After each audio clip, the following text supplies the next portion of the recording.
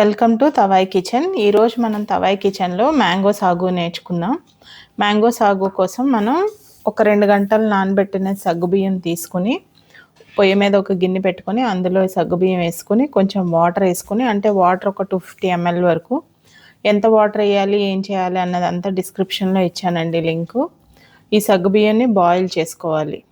ఈ సగ్గుబియ్యం మనకి ఫస్ట్ తెల్లగా ఉంటాయి. ఆ తెల్లగా కాస్త కలర్లెస్గా అయిపోయే వరకు, ట్రాన్స్లూసెంట్గా అయిపోయే వరకు మనం బాగా బాయిల్ చేసుకోవాలి.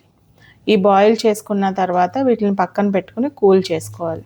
తర్వాత ఒక మిక్సర్ జార్లోకి ఒక మ్యాంగో కట్ చేసి అందులో ఉన్న పల్ప్ అంతా తీసేసి, ఒక కప్పు షుగర్ యాడ్ చేసి, ఒక కప్పు లేకపోతే 1.5 కప్ మన టేస్ట్ బట్టి ఎంత కావాలో అంత షుగర్ యాడ్ చేసి మ్యాంగో పల్ప్ తయారు చేయాలి.